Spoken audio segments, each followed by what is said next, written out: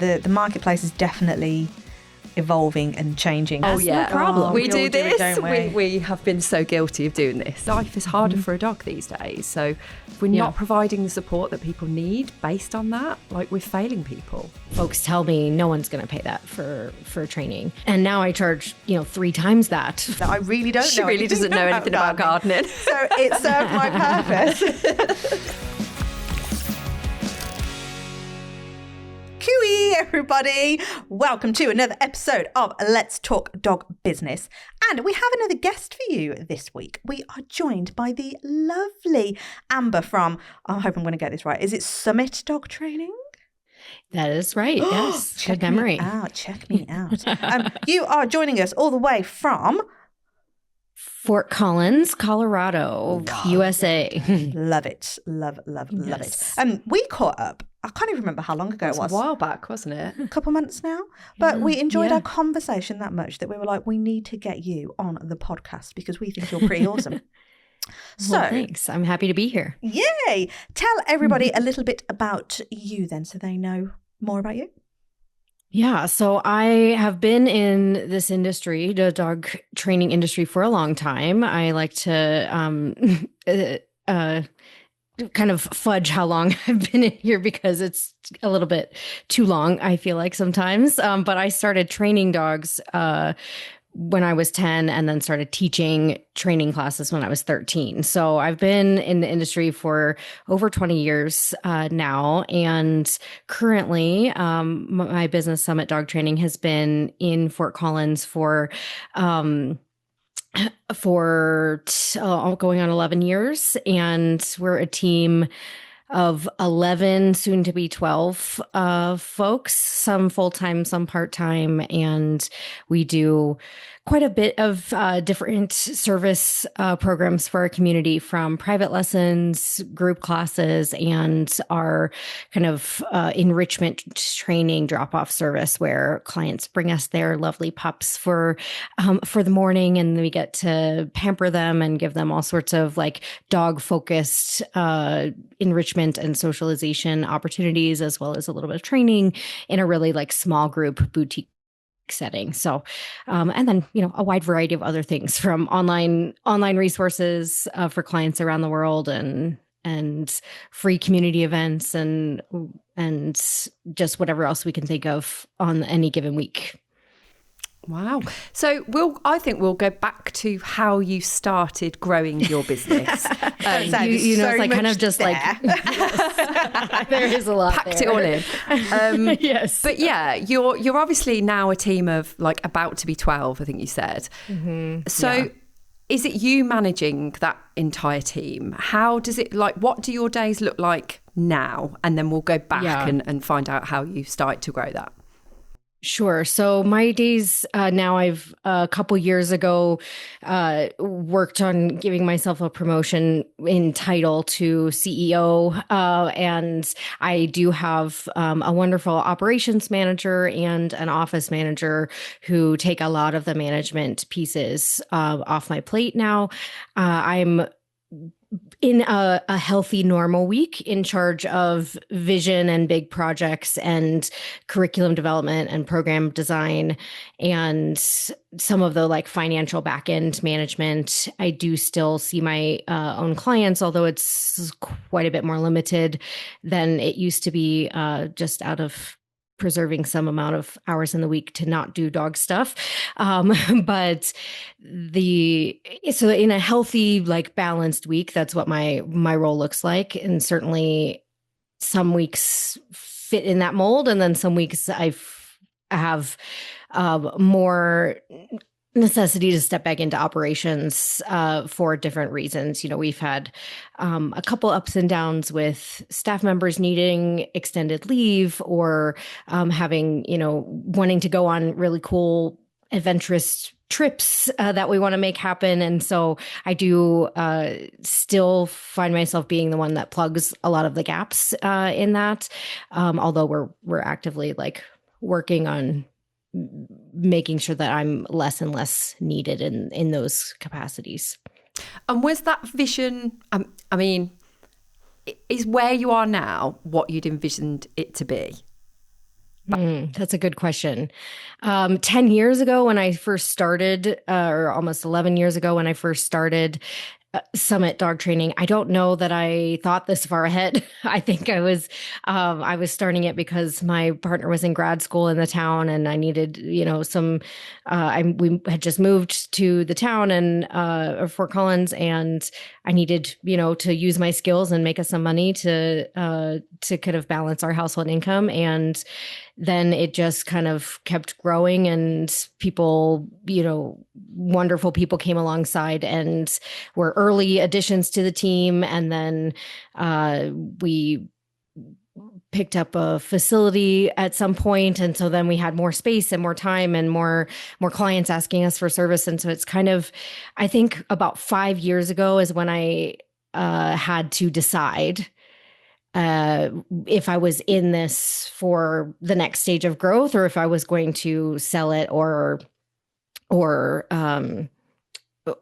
close it down. And I actually went through the whole process of considering selling my business. I, worked with a resources business brokers to do that. And then through that process, kind of realized that I wasn't ready to sell it yet, was able to kind of reestablish some healthier relationships with the business. And then at that point had to kind of decide like, okay, like if we're going to continue to grow and develop in this space here, this is kind of what it needs to look like. We need to, be adding these staff members or these pieces. And so I think about 5 years ago was maybe when I first kind of understood closer to the vision that we have today rather than 10 or 11 years ago when we first started. And do you mind sharing what was it 5 years ago that made you reassess everything? I was so burnt out. It was right after, I started Summit in 2015, and then in 2020, obviously, we had a big global pandemic crisis that changed how we did everything. And during that time, I forget exactly how many team members I had right at that moment in time, but I spent those months of the pandemic shutdowns and then reopening, but with restrictions and stuff, like really working to figure out how to save and pivot my business. I built a virtual classroom in 4 weeks and managed it. And then on the other side of that, we had the like pandemic puppy boom where everyone had puppies. And so we, our business grew so quickly on the other side of the pandemic. So the pandemic was both like a huge stressor in the business development, and then on the other side of it, a big like tailwind that required a lot of like pretty accelerated growth. And at that time, I was like still a big, still a huge service provider. Like I was teaching client facing hours of like 20 hours or more a week and trying to manage a team and a business that was growing. And so I was working like 60 hours a week, the classic morphing of boundaries between personal and professional life that the pandemic just kind of enabled in a lot of us. And then it just never stopped. And so 2021 hit, and I was like, didn't really see a way out of feeling that way. And so as part of that, like I had an employee who was, potentially interested in purchasing the business. And so we started discussing, what that would look like. And I started working with 2 different resources. One, the practical side, business broker, how do you sell a business, that sort of thing. But then the really like impactful side that I credit with like kind of changing where I was I worked with a coach, and initially I hired her to help me kind of separate my personal identity from my business identity because they were so intertwined. And so we spent 6 months like working on that. And then while we were kind of in parallel thinking this was like heading towards an exit from the business. And then, 6 months in, things had kind of changed were changing on the business sales side. And it was looking like maybe this wasn't going to be a good fit for my employee to purchase the business and in alignment with her goals. And I had also kind of worked back to a little bit of a healthier place with my business. And so then I did another 6 months with this coach working on like, what does being, a CEO of this business look like instead of just of everything of this business? And how do we maintain like healthy work-life balance, although that term is I have mixed feelings about that term, but how do we maintain a healthy like relationship with our business if we're going to keep going? And so like there was like a year of coaching, like really focusing on the emotional side of being a business owner, being a female entrepreneur, being a someone who was like working in a field that was also a hobby, also a passion, also a long time, outlet. And what does that look like to do that in a healthy way? And so then on the other side of 6 months was when I kind of committed to say, okay, if I'm going to stay in this business, I need to do this differently or better. And then we spent another 6 months kind of working on what that is. So that was, 2021 into 2022, and really kind of was a pivotal point in deciding like how to re-engage with it in a better way. I think the term having a healthy relationship with the business is so much better than that work-life balance. Yeah, there's no yes. There isn't. We refer to it as a dance. Yes. Like yes. we're in, we're out. Yeah. A bit like the hokey cokey. Yes. Yeah, it's a bit like the hokey Yes. A bit like the isn't hokey it? cokey, Yeah. yeah. Yes. Yeah. And I think it leaves room for like a healthy relationship with the business to be different for different seasons. Yeah. Because I think when I get caught up in the like work-life balance label, it's like it has to be equal, or it has to be like, feel in balance. And right now I'm really trying to, and I think I've also gotten a little bit of burnout because of that pressure too. Sometimes like if it's not in balance, then I'm doing something wrong, or I'm not, achieving the success that I, as that version of success. But now I'm referencing now because I'm also, 5 years post that, like navigating the next wave of, what does a healthy relationship with my business look like? And I think, just like currently a healthy relationship for me looks like, acknowledging at times when I have to invest more, and then, but recognizing that that's a season and not just like letting it become the new normal. And then hopefully dialing up, the outside of work things when I can to, keep things, yes, in balance, but maybe not on every day, but in, aggregate. And that's at least for me, what's been more feasible. Yeah, and you gave a perfect example there about having staff that were off and you're having to delve back in, but it's not forever, it's temporary, and it's going to work back towards having that better relationship with the business again, isn't it? Yeah. That's the dream. Yeah. I like it. Yeah. For context, do you mind sharing kind of like the growth of the business, so like kind of where it started? Because one thing that we are desperate to change, like we've spoken about this before with you, I'm certain, of there's this stigma, I think, attached to the industry that it's dirty to earn money being a dog trainer. But yeah, if you wouldn't mind sharing kind of like the growth of your business as to where you've got now, because to me, hearing that you've invested in coaching and even just the way you're describing it, like the terminology and the growth and the exit plan and all of that, to me, all my little like excitement barometer thingy goes crazy. I'm like, oh my God, love all this. Yes.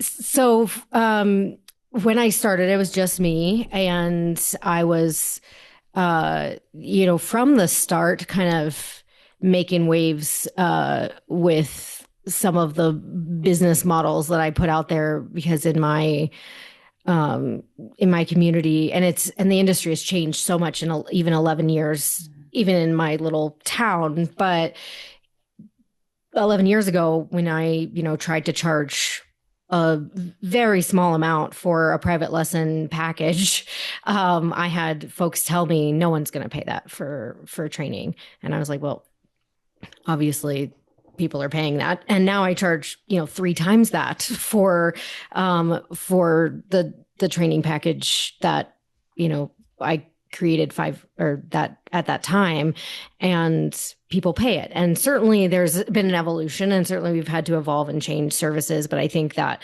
early experience where, I was charging a very modest amount at that time for my services, and got feedback from folks that were kind of still operating under like previous business models of like, it's just something that people do on the side. It's not a career. It's just, so why would someone pay that? That early experience just kind of has stuck with me as like, okay, like, you have to make it work for you at every stage. Like and then you'll find the clients that will work with you at that level. So that was early experience. And then we've, grown the business to, and each milestone has been kind of like moving up in size of facility, moving up in number of staff. So we have actually been able to like leverage the business and the cash flow of the business to purchase our spaces. So we've purchased our commercial real estate that then we use and operate as the business. And I think that's for me, that's like a huge, like part of our financial picture, and something that the business has enabled us to do, and charging, appropriately so that we had cash in the bank to make those purchases was like a really key piece. So we had 3 little commercial units that we ran, that we purchased with Summit Dog Training as a not a co-mortgagee, but I like, use the revenue of Summit to kind of show the bank, like we can purchase these facilities. And then now those are rented to other tenants, and we have a bigger facility that we purchased in the same way. And now that's where Summit's home base is. And so now our like, monthly rent that we'd be paying for facilities is going towards a mortgage that will be long-term part of our like financial picture. And that's a game changer for how like I'm viewing like the success of Summit, is that we're having that like kind of longevity of investment because of the business finances. So I don't know if that was fully answered your question. If you want, I can go deeper or go back to any of those points. But like for me, those being able to like have the cash flow and set up the business so that we had excess money to accumulate a down payment and show the bank that we were like bringing in profit versus just breaking even, so that we could be considered for those mortgages, was like, it is kind of a benchmark of like the business financial success piece.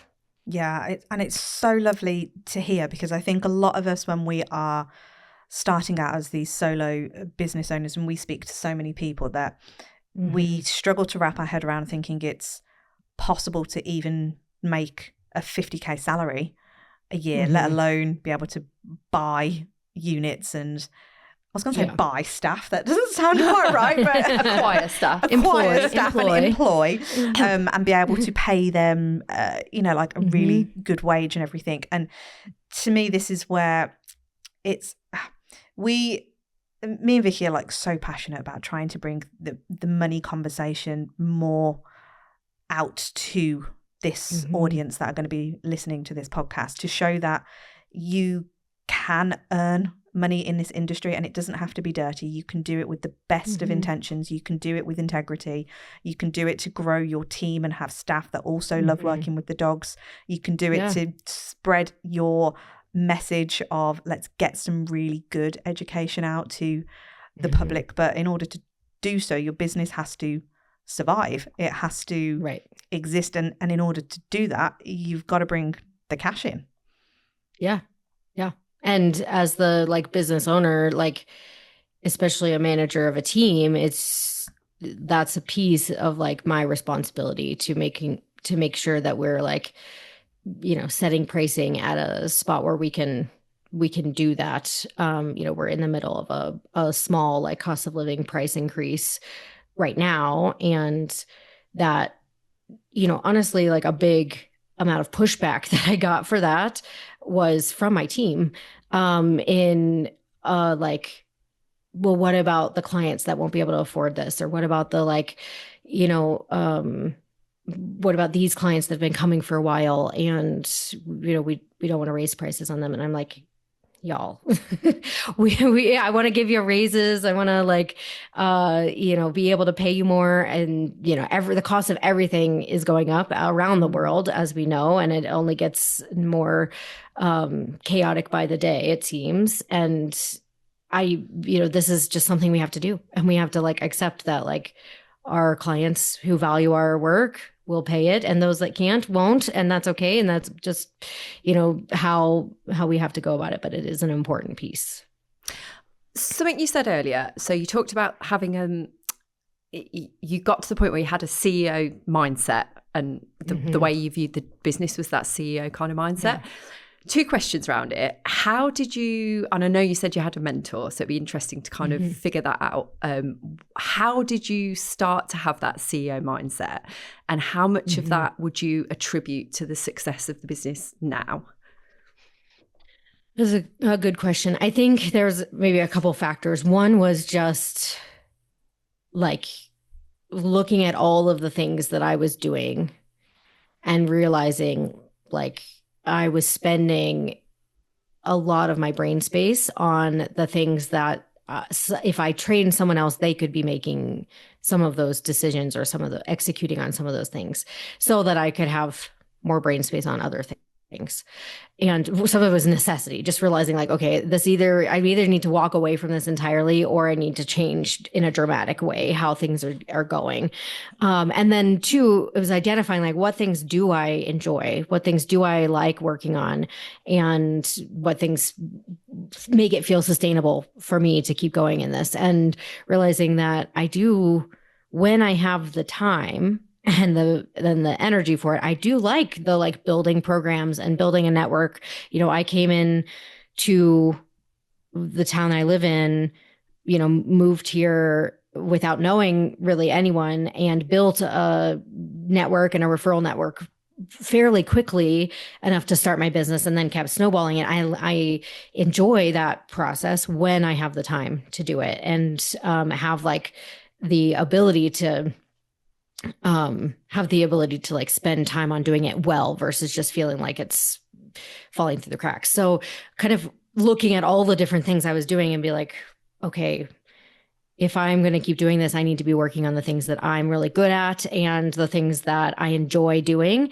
And that is going to mean setting some things down and passing some things off, or letting some things go. And I'm actually I had that conversation and realization with myself 5 years ago. And then last week, one of my colleagues who also runs a training business in a different state, and we meet, every so often to kind of just be each other's, peers and support system. And she was like, you're doing too much. You need to write down what are the things that you enjoy doing, so you can. And I'm like, oh, right, I've done this before. I need to do it again. I think so. Again, it's that constant evolving relationship that is important with what you're doing. It's so easy, especially for us as founders of businesses, to just feel like we have to keep taking things on and keep adding it to our plate. And it's requires constant work and reevaluation of okay, is this the best use of my time to be doing this? Or would I be helping the business more if I was spending time on this thing that then opened up these possibilities for the business? And I think that's for me what the CEO mindset that you referenced kind of means. And that's, I don't know how I arrived at it, but I don't want it to sound like I'm, operating as a CEO every second of every day, because I easily get sucked back into the things that are in a different category as well.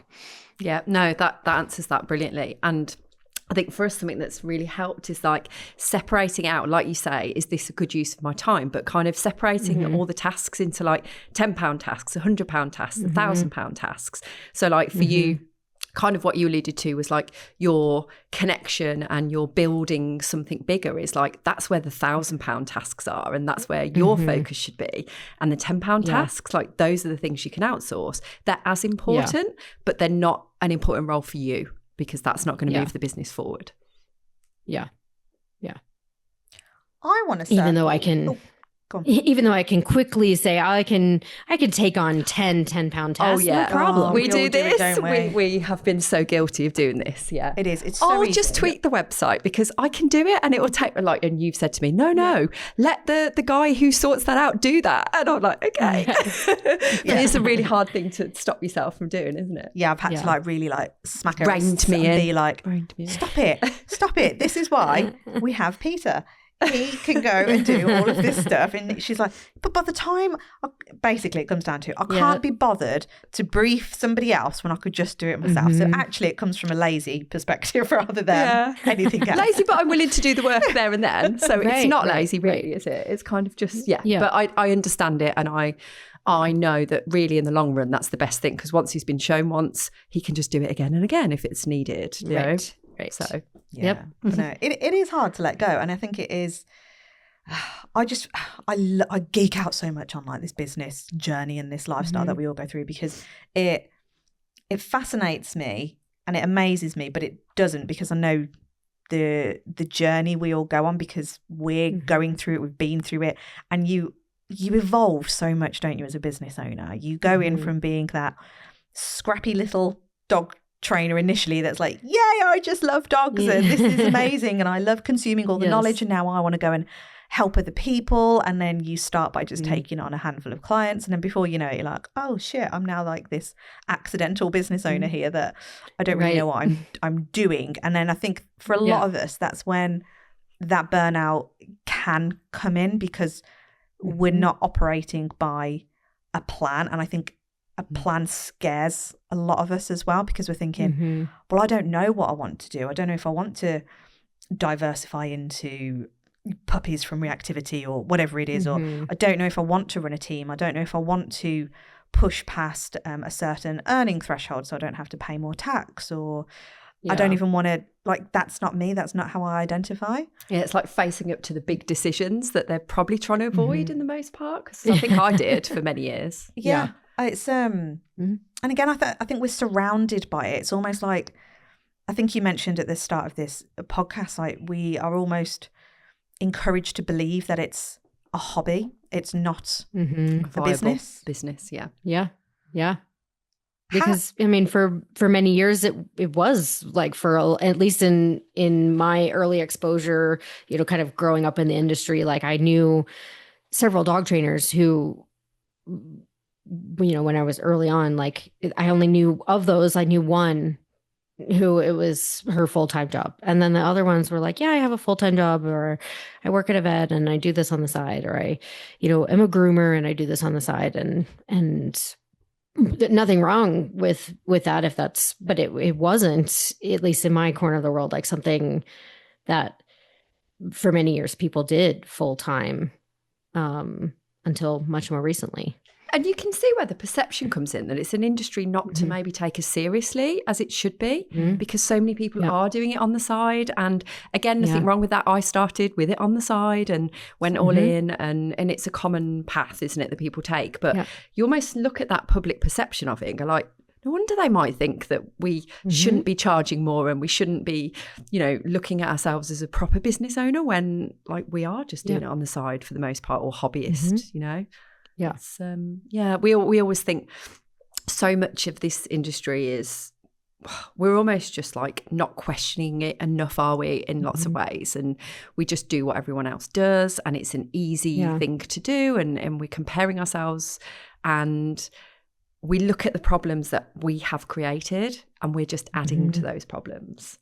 And as hard as that is to hear, I think for some people it's true. I think we believe it's true, don't we? Yeah. Yeah, 100%. And I think like it's so easy to get, I'm a a perpetrator of it as well. Like it's so easy to just be like, oh, right, this is how we did it. 10 years ago, this is how we still do it today, and not, think more holistically about like, well, how could it work other than that? Yeah. Yeah, because we always say this, the knowledge bit has moved on so much. The science behind everything's moved on. But the models, they're just stuck. Like they're stuck in the 90s. I've said this so much, but they are, aren't they? It's like we're doing things as they used to be when less people had dogs, and dogs weren't probably so much of a problem there because of the life that we have these days and what we're trying to get our dogs to live amongst and all that kind of stuff. Life is harder for a dog these days. So if we're not providing the support that people need based on that, like we're failing people, Yeah. And it's sad really, because we can make that change. Like we're always trying to encourage people to think differently, and you say like, just ignore what everyone else does, but it's a really hard thing to do, isn't it? Yeah, for sure. What has helped you? Actually, I was just going to say, what has helped you? Because it sounds like you're doing great things and you're doing, maybe different things that other people do in your area. What has helped you be able to stay on that path then? I think it's like on the path with one foot and maybe off the path with another foot. I think we do some things like similar, and I'm, currently in this feeling of like changing a lot of things. So I'm in this like kind of unique headspace right now where I think we're going to be changing things up here over the next few months in probably our biggest kind of programming change in since we added our adventure camp like enrichment service. And so that's something that's still kind of formulating, but I think I think like wanting to play to our strengths as a team has always been kind of a driving factor. Like when I look at the different services that we've like tried out or developed, a lot of it has come from looking at what I enjoy first. Early days, I was the service provider and the creator. So what did I enjoy doing? And then looking at when I hired people, on the team, like what did they enjoy doing? I may have hired them to cover certain things that I needed on the team, but also wanting to give folks a place to express their own creativity and ideas and things. And so being open to hearing, from different staff members about like what was interesting and exciting to them. And that's where, some of our different programs have originated, at least in the idea form, in early stages. So I think being open to that, especially if you're a business owner that's going to be adding folks to your team, it can be, and it's a balance, right? Because I think I've also swung too far the other way and been too enabling of just whatever different team members thought was a good idea, and less like specific about, no, this is our vision, this is our goal. And so like I'm recognizing that there's risks on either side, like risk from like not allowing creativity, like you lose out on a lot of great ideas, and you might miss out on someone who like really wants that element working within a small business. But then if you're just going and chasing after every idea without like a central focus and drive, then you're going to be distracted and chasing your tail after other people's ideas. And I've definitely done that as well. And so kind of recognizing like having a vision and a goal, and then like finding the different ideas and pieces that fit within it, and then trying them out is I think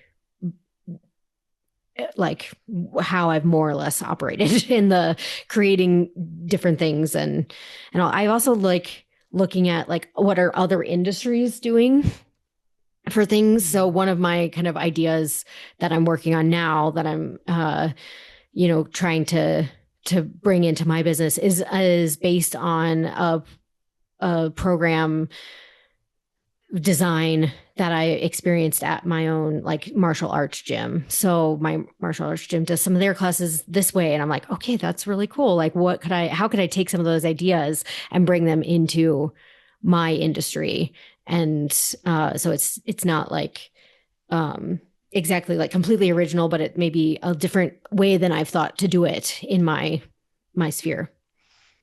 I love looking externally. Yeah, we encourage this a lot actually, because you, again, it's that kind of indoctrination sometimes about it has to be structured this way. We have to include that. We don't want to include this. And it's like you can, if you've got that, I don't know, that ability to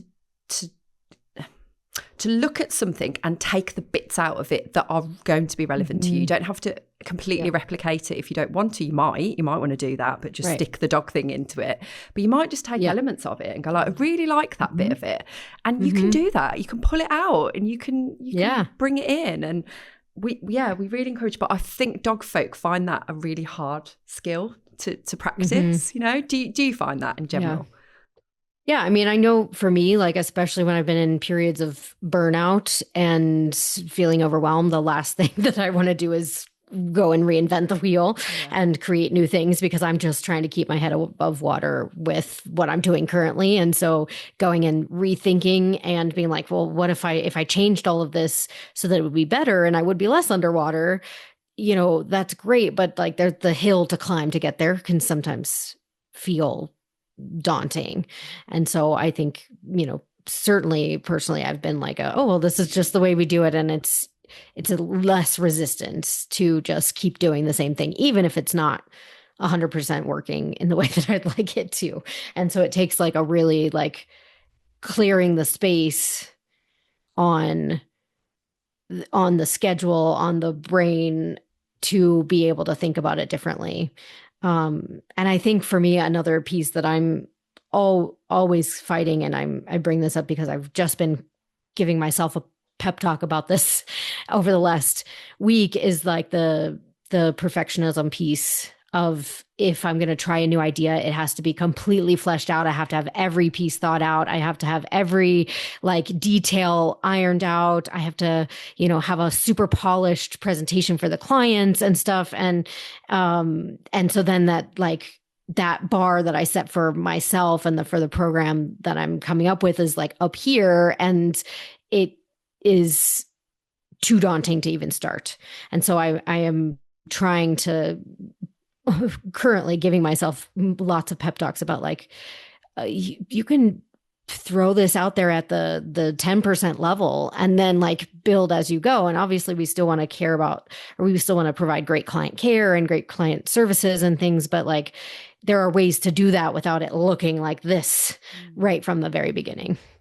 Yeah. Something that comes up a lot, doesn't it, with our clients? It's such a hard one. And I'm trying to think I think I've got elements of that in me, but I definitely don't.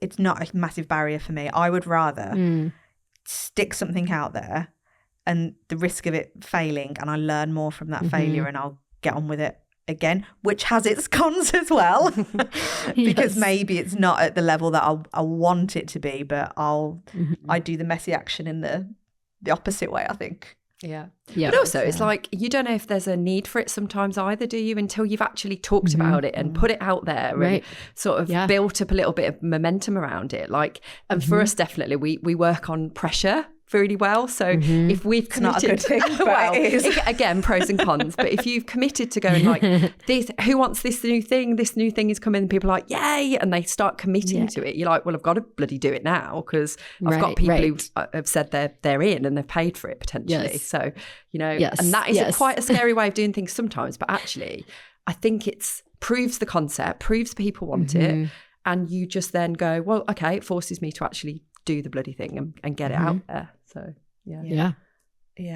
a question that popped into my mind whilst you've been talking over the last little bit was, you've mentioned things like having a vision and a plan, and again, I think a lot of us as dog trainers may think along the lines of, I don't really know what my vision is, I don't know what my plan is. How crucial do you feel for you personally with your business that having that plan and that vision has enabled the growth and the structure and the stability that your business now has?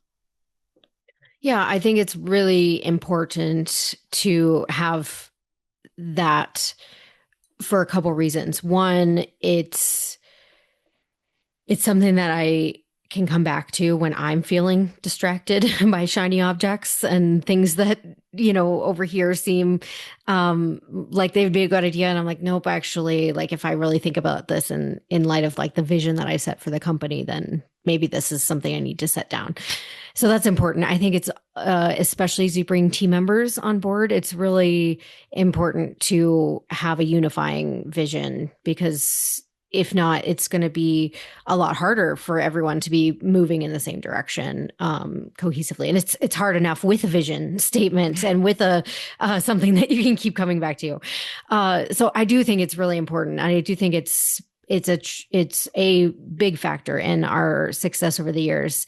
And I think also that I've held it somewhat like, not loosely, because that makes it feel like it's like falling through, but like held it as something that is important enough to like amend as we go. Not every month, not every year, but every few years, like taking a look at it and being like, is this still something that I believe in working for? And is this still in alignment with what I think the company is moving towards, and also what am I working towards as an individual, a separate from my company, and is it serving or the individual vision serving the company vision and vice versa?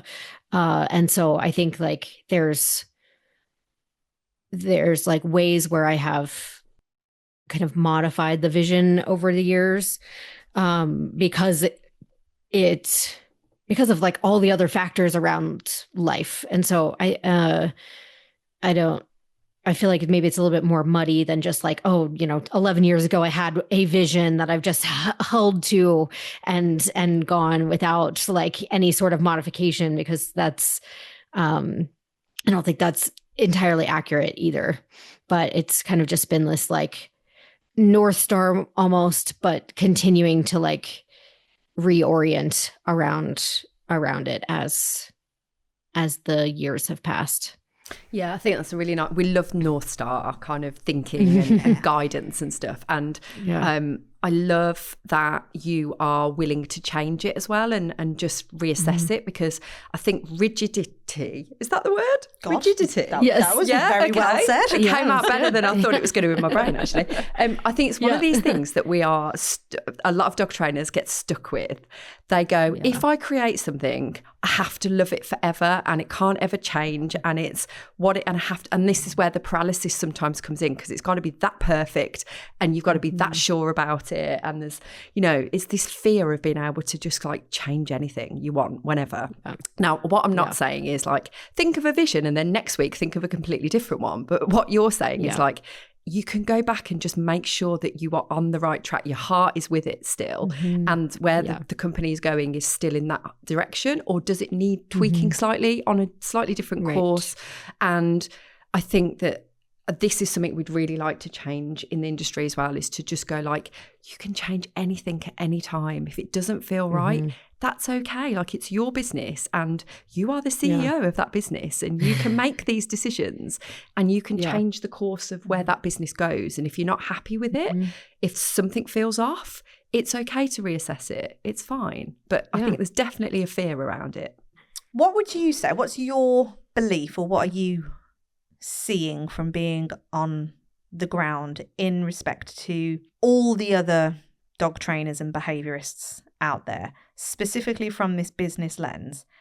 How do you think it's a big question to answer, but how do you think the industry is perceiving the business element of being a dog trainer and behaviorist? Like from the client perspective, or from the dog trainer? From the dog trainer's perspective, sorry. From the dog trainer. I think that it has changed a lot since, I started my Fort Collins business 11 years ago. And I think that there are a lot of trainers investing more in a lot of marketing and a lot of better presentations for the client. And now whether the training can measure up to those promises, I think varies widely in the industry. There's, I think, a plethora of like free and low cost advice you can get from content creators all across the industry now, whereas like before the pandemic, even that was not available. So I think folks are having to, in general, work a little bit harder to like make their programs accessible to clients in a way that they didn't have to do before. Like, I think 11 years ago when I started my business and my company, I like revolutionized the industry because I accepted credit cards on my website. People could like come to my website, book a class and pay with a credit card. And like, that was something that the other trainers in town just weren't offering. It was like, you have to like call them, you have to email them, you have to get on the list, and then you have to show up and pay with a check. And when I, added a scheduling software and a credit card on my credit card payment processor on my website, it like was a, something that clients would come to me and say, I picked you because I could pay online and all of that. And that's, the industry has caught up to that for the most part. And that's not like a differentiating factor anymore, which is a good thing, I think, in general for client care. But I think we're all having to kind of work a little bit harder and be a little bit more mindful of the business aspect of it than the industry was used to before that. Yeah, the marketplace is definitely evolving and changing. And interestingly, actually, I would still say it's a high proportion percentage the other way here. It's really difficult to pay by card. Yeah, everything is still bank transfer. Yeah, because people don't like the fees around it, and they're not always seeing that you can pass on the fees. Like it's right. Oh, but that's going to cost me more. So I think it's that kind of mindset around like, I'm paying out all this stuff anyway, and then I'm going to have to do. But you can just incorporate it in the fees, and it seems to be a real blocker here. It's a massive blocker, and it's that thought process as well of not even just being able to pass on the fees, but just having a price point that works for your business, so you're incorporating that fee, because in the grand scheme of things these fees are pretty negligible. If you get your business rocking and rolling effectively and with that CEO mindset of like, let's go in with the numbers and really look at this from a profit perspective, then those fees aren't there. But interesting that over here anyway, it's still really difficult to pay. and I think for me, like, I just view it as like if I wasn't paying that fee and I was collecting payments manually, then that means something else that my staff and I have to do manually, and that costs money. And that also, like, if I don't collect payment up front and clients no show or don't, like, I had that happen before I accepted credit cards. When I was just early on starting, I thought I had a full class of students that were going to show up at the park on a Saturday morning, because I had talked to 7 people on the phone and 5 of them had told me, yep, we'll be there at the park. And I had 3 people didn't show up. And this was like a 6-week class that I was, running and figuring out. And then I had 3 people who didn't show up. They hadn't paid because they were going to bring a check. And like, then when I followed up with them after, like, oh yeah, something came up, like, we'll do the next one down the road. And so then I, ran a class at half capacity because I, was certain that I had a full capacity class and that people were going to show up and pay me, and they didn't. And so then after that, I'm like, all right, deposit to hold your spot, or now we collect full payment at the time of enrollment. But it gets people to show up. And so then when I, look at other folks who are still like, yep, you can pay when you come and show up, I'm like, that's our business risk for me, as well as additional admin time, and the card fees are the cost of not having that business risk. Yeah. And also, I think it adds to that professionalism as well, because you are you're bringing certainty to the client almost by, I know we would see it as like, oh, I don't want to ask for the payment up front because it just feels a bit icky. Like we get that a lot. But it's like, actually, if I was the client and I'm committed because I've paid, like it changes the expectation around it as well, doesn't it? Like they're likely to show up because they've paid. And if they don't, it's on them and it's not affecting you as the business owner. And I don't know, I feel like just something as simple as presenting a way for people to pay that's a credit card or taking payment up front is doing them a duty, and it isn't icky, and it's not a bad thing. And it's that, again, it's that mindset of working through, like, why do you think that that's icky? Why do you think that feels uncomfortable? And for us, it would be like, let's work through why you think, where's that come from? Where have those feelings come from? What's happened before? Maybe your own buying experiences and stuff like that. So I think it's really interesting when, you know, you're doing it to protect yourself, but almost you're doing it to show up in that, again, back to that CEO mindset and the business owner. And, you know, you don't have a business to just get shafted. Like you want to put these things in place to make sure that it's a win for them and a win for you. Yes, absolutely. Yeah. So that we can keep doing it and helping more people well into the future instead of burning ourselves out on this, you know, repetitive cycle. Yeah, because then clients are shit because they don't turn up. Like, is that immediate kind of default, isn't it? Because we've took it on a promise that they're going to turn up to that training session. They don't. People are shit. We lose faith in them. And, you know, it's just this big cycle, isn't it? For me, this is the importance of investing in yourself, because if you do not feel confident and you haven't got the skills, the same way like you never once had the dog training skills, you invested to learn about those and you spent the time, energy and money learning it, whether you like it or not, you are now a business owner as well.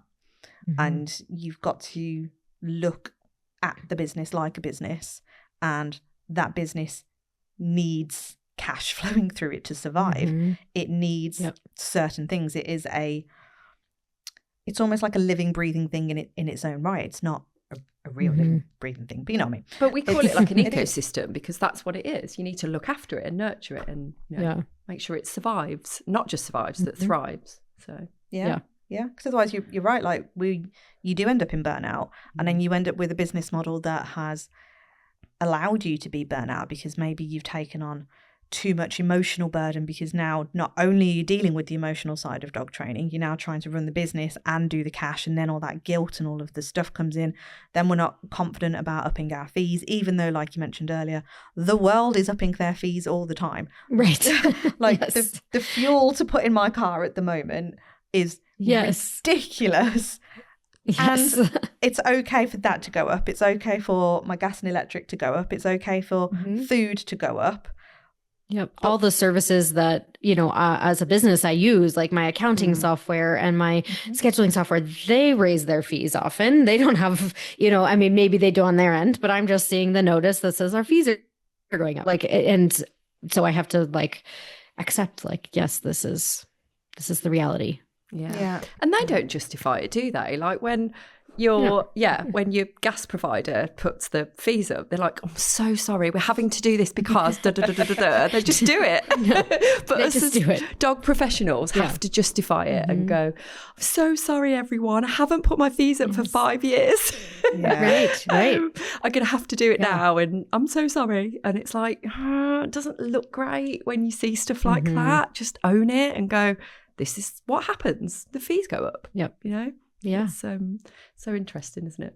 Yeah. And I think it's more concerning for me around that money bit, that the price points I'm seeing dog trainers and behaviourists ask for now is the same as what I was asking for nearly 12 years ago. I feel like it's less now. I feel like I see enough people. Because I used to charge like 50 quid an hour, and I feel like most people here are like 30 to 40. And I'm like, what? Yeah. It's gone backwards. Don't know how. Yeah. Well, I mean, I think there's an element of like the supply and demand, and then there's way more professionals now, and so folks entering the industry can be like, you know, kind of undercutting the market a little bit, and not really realizing like all of the things that go into a quality service for the client, and we see this in our local Facebook group as well, where like someone's like, I just moved to the area.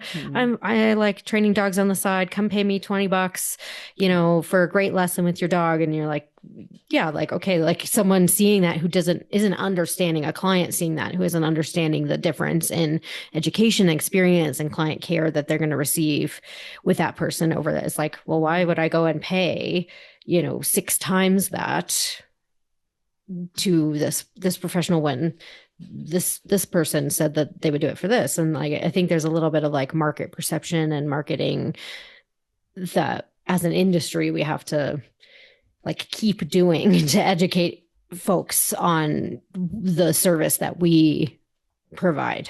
And you see it across the industries as well, don't you? You see that happening, like introductory offer, I'm going to come in and do it at £10 for your nails or for your hair or whatever. And it's like, really? Is that sustainable? Like, I don't know. For me though, this is where it comes back to like, what do you want from your business? Are you in it for the long haul? Are you following a plan? Do you have an idea of where you want it to be, albeit it can be flexible? Absolutely.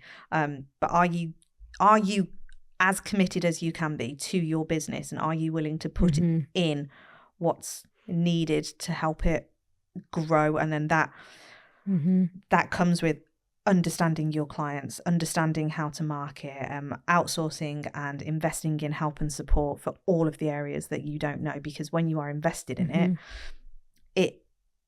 it's got all the ingredients then to be the thing that you want it and need it to be. Or you can keep, we did an episode earlier and I was desperately trying to come up with an example of an industry that I know nothing about, and I landed on gardening, and it became very clear that I really don't know. She really doesn't know anything about gardening. So it served my purpose. But the same thing, it's like, if I was going to do it, if I actually wanted to try, I'm always really envious of people that have got like gorgeous vegetable patches and stuff in their garden. And because I home educate my kids, I'm like, I'd love to just be that type of mum that can be, look, let's just go get your strawberries off. You're never going to be that type of mum. I'm never going to be that ever. But if I wanted to, I would definitely like invest in someone to go, right, can you show me what do I plan? How do I look after it? And actually knowing me, I'd probably go, I'm never going to do it. I want it, but can you just do it for me? And I'll pay you to nurture it for me. And I think that's how we have to look at ourselves as a business, because we don't all have that entrepreneurial spark in us, but that doesn't mean we still can't have the business. We might just need to bring people in, even to potentially run it, like bring somebody in as the CEO so you can still be the dog trainer and they go do everything else. It can still be your business. You're just hiring in someone to manage it.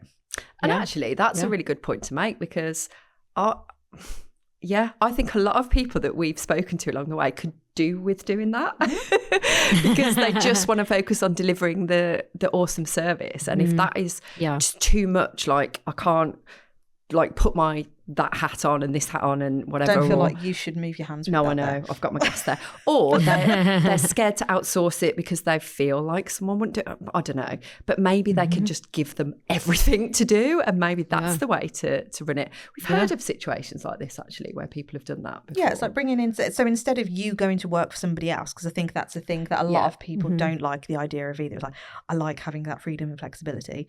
Well, bring somebody in your business then to do the things that you don't enjoy doing. Well, and then now there's a lot more resources like out there for like fractional folks who will come in and support your business in that like integrator or CEO role at like, but you're not employing them full time. You're employing them for the quarter time or half time, and then they have other clients that they're supporting in the same way, and so they can come in and be that support. But maybe your business is at a spot where it doesn't need a completely full-time person in that role. And again, I suppose this is the sticking point for a lot of people is it's going to be an investment. It's going to mean you need to put money into it for you to get what you want out. And this is the barrier for a lot of people, isn't it? Because they're just so scared to, well, A, they haven't got the money to invest in the first place, but then they're scared to put the money back in because what if they don't get out of it what they're hoping for? But again, I think without the plan, without the strategy around it, without the knowing where they're going and what they're trying to achieve from it, that's a really hard thing to be able to get past as well, isn't it? It's tough. It is tough. It is tough. I was going to ask another thing around when you mentioned earlier the thought process around exiting the business. So when you hit that point where you're like, I just can't do this anymore, and I'm going to exit. I think you mentioned that it was an employee that asked you if you would sell it. Mm-hmm. Did you have that thought process prior to that person asking you? So was the thought process, if I'm going to exit, I am going to sell it? Because I think that's quite an unusual thought process as well. I think a good majority of people never think about selling. They'll just go, I'm just going to stop. Yeah. I think in that case with that employee, it was kind of, I knew, some of the goals that she had on her end and some of the steps she was taking to realize them. And then I knew kind of how I was feeling. And so I kind of approached her with the are you interested in thinking about this? And she was like, yes, I am. And so we went back and forth on it for a good couple months, and we had, very specific discussions about it. So it was kind of mutually arrived at that. I think that I've always kind of gone back and forth. I don't know exactly where, I would land now, but I did, in my, I have a business degree. So in my business education courses in university, I did take a class on business exits. And so that has kind of been in my head since university about okay, this is something. And the kind of bottom line that I took away from that class is if you're going to start a business, you should be thinking about this sooner than you think you should be thinking about it. And I think now what I would struggle with is I love my brand and resources that I've built up so much. So I think right at this moment, if I was going to change something, then I would probably still want to hold on to some of those pieces and use them and kind of reinvent them into something else. If I was moving to a different space, or I was moving to a different state, or doing any other sort of life development. There are pieces of my business that I really love and I would want to hold on to, which changes how a sale proceeds. It doesn't completely negate the possibility of selling components of the business, but it definitely changes the picture. I think if I was planning to retire fully and get out of the industry and not, pick up another project, then I would look at selling, altogether. But the understanding that in order to have something to sell, you have to be investing in a sustainable finances, sustainable systems, repeatable processes, so that I am not the business. The business is a thing that I manage currently, but could be transferred to someone else. Yeah. I think it's something that we definitely don't talk about it enough. But I think it is such an important factor of running that business again, because again, I've seen so many people over the years go, you've built something and you've generated 30, 50K a year or whatever it may be. And then it's I've had enough. So you just stop it dead because you've burnt out, you've given up. And I'm like, it saddens me because I am so passionate about really getting that business education out and that understanding that if you did want to walk away, don't walk away with nothing.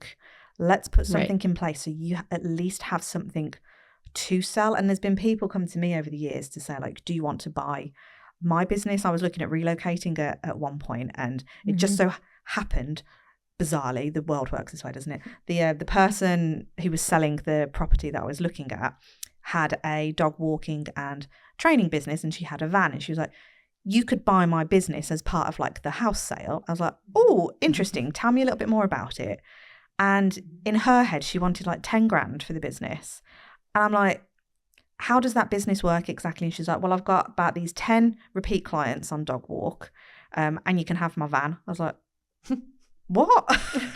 That's not really buying a business because those clients could choose to just not bother coming with me. Right. So now I've essentially bought your van. Yeah. Which is what it is. And I think, again, it's just the non-education that's there. Mm-hmm. And I think we have to acknowledge that the low barrier to entry to put up your signpost as a dog trainer, and I don't know if it's different in the UK, but in the US right now, it's very easy. Like anyone can move into town, little to no education, start their social media account and say, I'm a dog trainer, come pay me money. It makes it so that like you're like you have to actually have something to sell that's worth selling, that will save folks time and effort and get folks farther down the road with their business, like to make it worth buying their business, because they could just as easily, start from scratch, without paying you that chunk. And so like making like sell something that's value with the systems that you have in place, with the like clients that come to you for your business reputation, not just for who you are as an individual person. Yeah, definitely. Because they might have gone, "Ooh, I don't want to. My dog's walked by you, Joe, or trained by you." Might they? And if that's all there is, then that's all there is. But it's true, and that's why I was like, "You're not selling me a business." And again, to me, this just comes down to the lack of education. The same way that we look at dog owners, I suppose, and going, there's a lack of education there. We've got a lot of work to do it. That's why we exist at CBA. This is our North Star. This is what we get super geeky and excited about, because we want to help people get to that position where you can earn money and you can truly exit it and you can help more people and you can do anything you want, all with integrity and incredible ethical training methods, getting that out there to the world. And it's all possible, but we've got to get this business bit working harder. Yeah, absolutely. I think a nice place to end this episode would be asking you, it sounds like you've done a lot over the years, you've learned a lot, you've worked on yourself, you've kind of put these things in place. What, if anything, is left for you goal-wise that you wouldn't mind sharing, whether that's a business goal or a personal goal or both? Like, what's still there that's the dream that hasn't happened yet that you want to what's keeping me going? A couple things come to mind. I have wanted to write a book for years, and it's just one of those things that like falls to the bottom of the pile. And I feel like if I had the space to focus on it, I would enjoy that process. And then so that's something I want to tackle. I think the spot where I'm at now currently, as I am looking kind of next for business, is like bringing on someone to take my kind of head trainer role from me, which is a piece that has, CEO and head trainer has been kind of my job description for the last few years. And I think that's a next piece that I'm looking as, as the CEO, that I'm ready to develop someone to take off my plate more robustly. And that role is like our training director for both program development and staff development, and building up, and investing in our dog trainers to be the best, trainers and client professionals that they can be. So that's a new challenge that I think in the next 6 months to a year, I'm going to be, undertaking. And I think it's something I'm trying to view as like kind of a next step forward, and like how I develop in relation to my business, and getting, to able to step even more fully into that CEO role. And then I think kind of on the like personal and business intersection side is I have been able to take time off throughout the years of my business. I've worked hard to maintain that, but I think it's always still come with like layers of either doing some remote work and managing from afar, or feeling overwhelmed on the exit or reentry points from my time off, because it's front loading everything and then backfilling everything. And there's been some things that have been easier and easier reentries, and we've worked towards that. But I think I want to keep working on exercising that muscle of being able to take time off guilt-free and not feel stress on the front or the back end of that piece. So those are kind of some of my goals. They're great. They're good ones. They are, aren't they? I love the exit and entry back to the, because it's like one or the other, isn't it? It's like, what am I coming back to, or whatever. So it is different, and it's hard when you love what you do as well, because you do kind of want to keep dabbling and keep doing that. But and you can get a bit of FOMO sometimes. Like sometimes it's a chore, like and sometimes you're like, what's happening? And I need to keep checking, and then you don't switch off fully and all that stuff. Right. But I think those are great and really helpful. So thank you so much, Amber, for today. It's been really insightful, and we love speaking to people across the pond and finding out the similarities over there and the, what's different over there. And it sounds like a lot is the same, with the UK. You'll have to tell us when you come to CBA Live. Okay. I will. So if people want to find out more about you and your business, where's the best place for them to find you? So we're at summitdogtraining.com and Summit Dog Training on Instagram and Facebook. We have a TikTok that is not as active as our Instagram account. So Summit Dog Training, all one word, will find us in a lot of different places. Fabulous. Amazing. Oh, well, thank you so much again. It's been lovely talking to you. Thanks for having me.